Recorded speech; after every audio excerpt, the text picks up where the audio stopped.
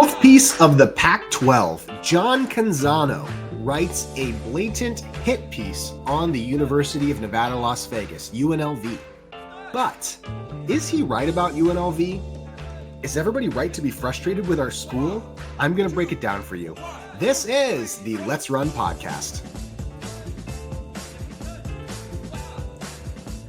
Everybody, welcome to the show today. Thank you so much for checking out the channel. While you are here, please subscribe to the YouTube channel. We are barreling towards 500 subscribers, which was the goal for this early season as the YouTube channel continues to grow. Thank you so much. I want to talk about this John Canzano article. I originally had recorded a version of this video last week, but I found myself, I get pretty defensive about UNLV and about the city of Las Vegas. UNLV is family for me. It goes back generations, my love for this university. Back to my grandparents, it goes to my parents, and I get really defensive when I feel like somebody's taking shots at UNLV.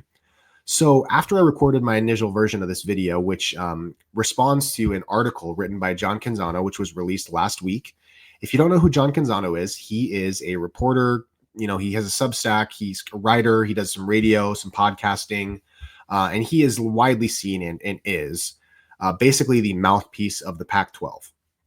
As a conference, the conference leadership, he knows people very well in the conference. He knows he's got pretty good relationships with the athletic directors of all of the schools in the new Pac-12. And so when he says something, you can basically be assured that this is something the Pac-12 wants to be heard generally, although he will occasionally say negative things about the Pac-12. He's not completely controlled by them or anything. But when he says something, when somebody gives him a quote to use in a story like this, you can be assured this is what the Pac-12 wants to be heard. And so the article was written, and I guess I'll share part of it, although his Substack is paid, so I won't share the whole thing. You're going to have to subscribe to his Substack to see his article, which actually I would recommend because I think he's got a very good Substack. I actually like the way he writes about things not in conference realignment. I think he's a good writer. But the article was prompted because UNLV athletic director Eric Harper was asked a question in an interview that he was doing. The question went as follows. The questioner said, in the past year, UNLV has turned down overtures to leave the Mountain West for the revamped Pac-12. Was it tempting to bolt, and what went into the decision to say no? Harper's answer. When it comes to conference realignment, I'm someone who looks at and considers everything, short and long term, before ultimately determining what's best for us. And based on the current landscape, we felt the best decision for us was to stay in the Mountain West.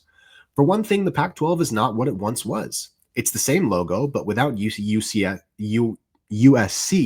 UCLA, Oregon, Washington, Utah, it's not the same conference. And that's no disrespect to those schools that are in the Pac-12 right now.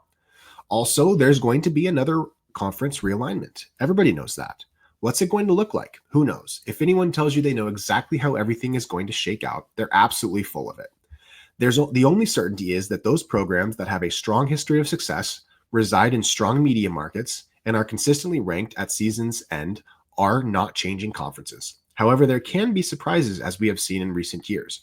The good news for us is that we no longer have to worry about paying an extra fee if we receive an offer for a power conference. For now, and as I've said many times when the topic of conference realignment comes up, we simply have to continue to be the best possible UNLV that we can be.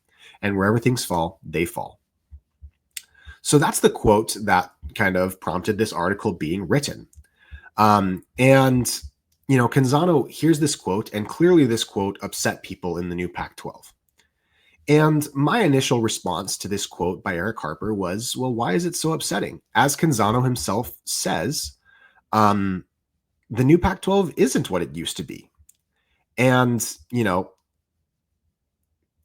you'll get no argument here, Canzano says. Let me read the quote here. Harper says that the Pac-12 isn't what it used to be.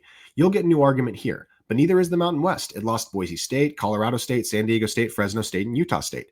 If UNLV's objective is to keep the Power Four conferences within view of the windshield and position itself for an invitation, isn't being in the fifth best conference the right play? So what I would say is that there's a few things about this article that I find kind of dishonest. For example, at the beginning, he says, one well-placed source in Las Vegas told me, don't think anyone in Las Vegas or in the alumni group is happy with the current UNLV administration. This quote, by putting it in here, makes it seem like everybody in Las Vegas is upset about what UNLV is doing. And as a person in Las Vegas who talks with alumni and boosters all the time, people aren't upset about this. I mean, now look, there are a few people in Las Vegas like me who didn't like UNLV's decision to stay in the Mountain West and wish we would have joined the Pac-12. In fact, there's a group of boosters, not a huge group, not the majority, but there's a group of boosters that do feel that way. That UNLV should have made the decision to jump and should have made the decision to go to Pac-12. But I can tell you, as a person in Vegas who talks to alumni, who talks to boosters, who talks to UNLV fans every day, that most fans are okay with it, that they think it was a good decision, that they see UNLV as the flagship of the new conference, and that Canzano's quote about being in the fifth best conference, they feel like, you guys haven't actually won anything yet. And looking at the trajectory of all of your programs, is Oregon State football going to be healthy for the next 5 years? Maybe. I don't think they got a good coach. I don't think Trent Bray is a good coach. Is Washington State, the program that was just gutted, whose coach left for one of the worst power conference programs in America, in Wake Forest, are they going to be healthy for the next 5 years? Maybe. Is San Diego State football, with Sean Lewis, who I don't think is a good coach, are they going to be healthy for the next 5 years? Maybe, probably. I don't think so. I look at even Boise State, they lost Ashton Genty, they lost Dirk Cutter, they lost, their first week game against USF. Is there a guarantee that they're going to be the odds-on favorites and the power of the group of five for the next 5 years?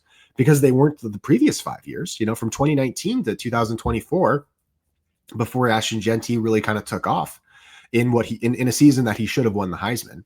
Boise State under Andy Avalos was a good but not elite group of five program. So yes, I mean, do I think that the Pac-12 should be probably the favorite to be the best group of five football conference? Maybe, but honestly, I think the American, a conference that's not in litigation, that isn't worrying about exit fees, I think that conference has just as good, if not a better argument. And also, the American isn't small like the Pac-12. It has 16 members. It has the service academies. It's got Memphis and Tulane. It's got USF. It's got UTSA. I mean, is the Pac-12 going to be the fifth best football conference? Maybe not, And so, UNLV, looking at its financial situation, as John Canzano goes into later here, said, we want to be where we're going to have more money. And we're going to have more money by staying in the Mountain West. We're not going to pay lawyers. We're not going to pay exit fees. And the Mountain West is promising us a percentage of whatever money we get out of litigation. And that's going to be some number. I mean, I don't know exactly what they're going to get, but they'll get something, because there will be fees paid. And, the Mountain West will not accept less than what it's withholding from these schools.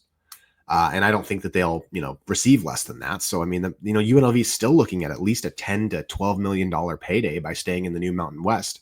And it gets to be the flagship of the new league with television priority, which could help with its exposure. And now, obviously, the Mountain West as a whole might not get as many, prime level games as the new Pac-12. But will UNLV, being the prime target for prime level games, get more exposure in the Mountain West than it would in the new Pac-12? Perhaps. And if the new Pac-12 isn't dominant as a football league in the AAC or, the Mountain West or one of the other, group of five programs or conferences like the Sun Belt, which is another really pretty solid conference, schools like JMU, East Carolina, I mean, those are serious football schools. And so, the Pac-12 had a pitch. We want to create objectively, far and away, the best group of five conference. And they didn't do that. I don't think they did that. And I'm not saying it's because the Mountain West is better than them, but I am saying that, the AAC, the American, has a lot to say about that. And so, it's that's kind of one of my issues with Canzano's article, is it says join the fifth best conference. And it's like, maybe, it might be the fifth best conference. And also, with a school dealing with a $30 million annual athletic deficit like UNLV, it was going to be reliant on litigation to get out of agreements that the Pac-12 and the departing members had signed. And UNLV didn't want to take that risk. And to be fair, UNLV doesn't have great relationships with the departing members. They feel like they were stabbed in the back by these departing members when when the Mountain West had all the leverage over Oregon State and Washington State. The departing members decided that they were going to do everything they could to keep Teresa Gould's job. And the Pac-12 had a mission. We're going to become the fifth best, objective fifth best conference. And at least on the football side, they didn't do that. Now, on the basketball side, I think they absolutely did. Adding Gonzaga was a huge win, and that's a great basketball conference with great schools. But football-wise, I don't think they did that. And certainly with only 7 conference games and maybe having to double up, I mean, and not having really great expansion targets, I think the Pac-12 is vulnerable. And so ultimately, why did Eric Harper say this quote? Why did he talk about the Pac-12 not being what it once was? Ultimately, Eric Harper's quote is right, and John Canzano admits that it's right. And this specific part, the Pac-12 is not what it once was. It's the same logo, but without USC, UCLA, Oregon, Washington, Utah. It's not the same conference. And that's no disrespect to the schools that are in the Pac-12 right now. That is not an especially harsh comment. It was a response to a question asked by him. And UNLV's had a lot of negative, untrue, misleading crap said about it over the last 8 months. And I think it's come from a lot of people that, are supporting the Pac-12. I don't know that it's come from some secret media collaboration to discredit UNLV, but Canzano specifically himself kind of helps feed fire to an absolute crap of a story that has been out there about UNLV for a long time. He says later on in his article, Harper is the same AD who stood in front of a board of regents in March and made headlines. He told the board that the athletic department was so badly in debt that it could only afford the first 2 years of new football coaches Dan Mullen's 5-year, $17.5 million contract. Harper's comments raised eyebrows then, too. No doubt Mullen and his agent had to wonder whether the paychecks might bounce. Listen, man, like UNLV, what Eric Harper said is that UNLV had the amount to pay Dan Mullen's first 2 years of his contract. What employer, what company keeps the payroll of its employees for the next 5 years sitting in a bank account? Nobody does that. Eric Harper was simply saying, yeah, I mean, we have enough to cover the first 2 years, and, we'll make money and we'll continue on from there. Do you have the full value of your mortgage in your bank account? If you owe $400,000 on your house, do you have $400,000 sitting in your house? What if somebody came up to you and said, well, you don't have $400,000 in liquid cash. You're clearly not going to make payments on your house. Come on. That's a malicious lie, a spin of Eric Harper's quote that he gave in front of the Board of Regents when the Board of Regents was simply inquiring as to UNLV's spending, because UNLV's spending a lot on football and investing a lot on football. And Canzano himself helps perpetuate that story. It's just ridiculous, man. I mean, it's absolute slander. It's libel. It's just lies, and it's mischaracterizing UNLV as being financially irresponsible when what it's trying to do is be financially responsible and say, we're not going to join another Group of 5 conference with a bunch of schools that stabbed us in the back, and go into even more debt to do so. And so, I really think that, both this quote at the beginning about nobody in Vegas being happy about UNLV's situation and helping perpetuate this absolute ridiculous story about UNLV's economics and its numbers and its budgets that Canzano does here. I think it's just really gross. I don't think this is a good article. I think it's bad journalism. And, this last part, he goes in to talk about, the economic viability about the city of Las Vegas, about decreased tourism. And I probably overreacted to that when I first read this article, and it's, I think that, people have been taking shots at the city of Las Vegas forever and its economic viability. And ultimately, it's valid to be concerned about, because UNLV and not UNLV, but the city of Las Vegas has taken a tourism hit. But that's not uncommon. Every 10 to 15 years, maybe even more frequently than that, there's a dip in Las Vegas tourism and the city has to adapt. But that's always what it does. And ultimately, Las Vegas tourism is going to be fine. And Harper's comments did not feel out of place. UNLV has been talked about for months, for a year now at this point. In a negative way by a lot of people, not inside Vegas, because believe it or not, inside Vegas, the media, the boosters, the fans, the alumni are very positive about UNLV's direction right now. And so this article acting like there's some mutiny going on inside UNLV alumni and boosters is just false, man. And I actually think his last paragraph here is kind of telling. He says, my apologies, got some allergies here. Harper's comments felt out of place. Maybe he was simply answering off the cuff and couldn't feign diplomacy amid ongoing litigation versus the Pac-12. Maybe too much has been said by leaders on both sides. In the last year, I've talked with several New World Pac-12 ADs who expressed a blend of disgust and disappointment that UNLV didn't join when it was invited. And here's what I'll say. I agree. I think it's very frustrating that UNLV last year had a chance to essentially finish off the Mountain West, to take away the Mountain West's will to fight. UNLV had an open invitation to the Pac-12. Air Force had an invitation to the American. If UNLV would have bolted and said, hey, we don't want to be here anymore, we're going to bolt, we're going to join the new Pac-12, Air Force almost assuredly would have jumped and gone to the American. Once that happened, the bargaining position of the new Mountain West would have been a lot weaker. And I think that the new Pac-12, instead of adding schools like Texas State, instead of being at 8 schools with no real good expansion targets in realignment, would have simply added a couple of more schools from the Mountain West. There would have been a settlement to the schools that did get left behind that would have been a lot smaller than whatever we're going to pay in lawyers and exit fees now. And UNLV could have basically stopped this fight from escalating to this level of nastiness. But instead, UNLV decided to flip the bird and say, screw you. And the reason why they did that is because they felt that those schools had done that to them. And I get it. I feel that frustration too. I think UNLV should have ended the Mountain West fight when it had the chance. And now we're locked into this stupid fight where we have 2 smaller G5 conferences on the West Coast fighting for the same media partners, for the same media deal, and wasting money on lawyers and exit fees, when meanwhile, the American is only growing stronger. And, in the next round of conference realignment, I think that the position that the schools are in both of these 2 conferences is ultimately making them weaker than they would have been if they had just joined together.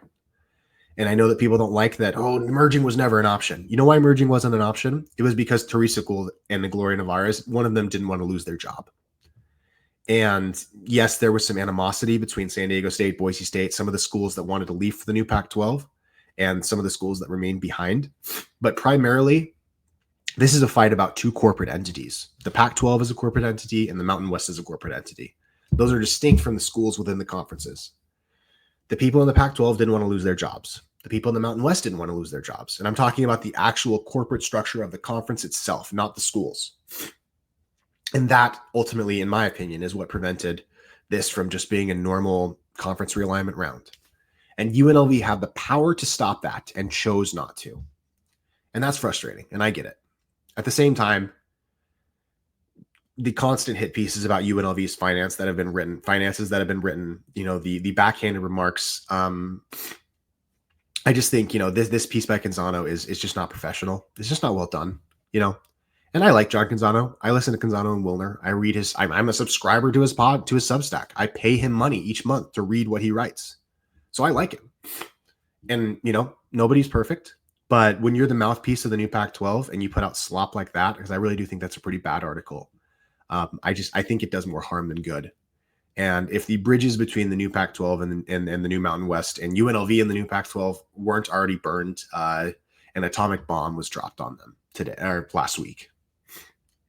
And so let me know your thoughts. Do you think I'm too harsh to Canzano? Do you share in my frustration with UNLV? Because I agree. I think we should be in the new Pac-12 and the new Mountain West shouldn't really exist. That's my position. But ultimately, I'm a fan of a school and I can't control what that school does. And so I'm not going to stop being a fan of the school. This is heritage. This is family for me. This goes back generations. And ultimately, we just have to make the best of where we are. And I think the new Pac-12 and the departing schools are dumb and they made a stupid decision and we would be stronger together. But I'm not a decision maker. And I think UNLV should have joined. Even if they weren't stronger together, I think UNLV should have just joined and killed off the old Mountain West. But hey, whatever keeps paying lawyers is what seems to be the actions that both of these conferences are going to keep taking. So guys, thank you so much for checking out the video. I appreciate it. Please like it. Please subscribe. Let me know your thoughts down in the comments. I want to know your opinion. Please let me know. And let's run.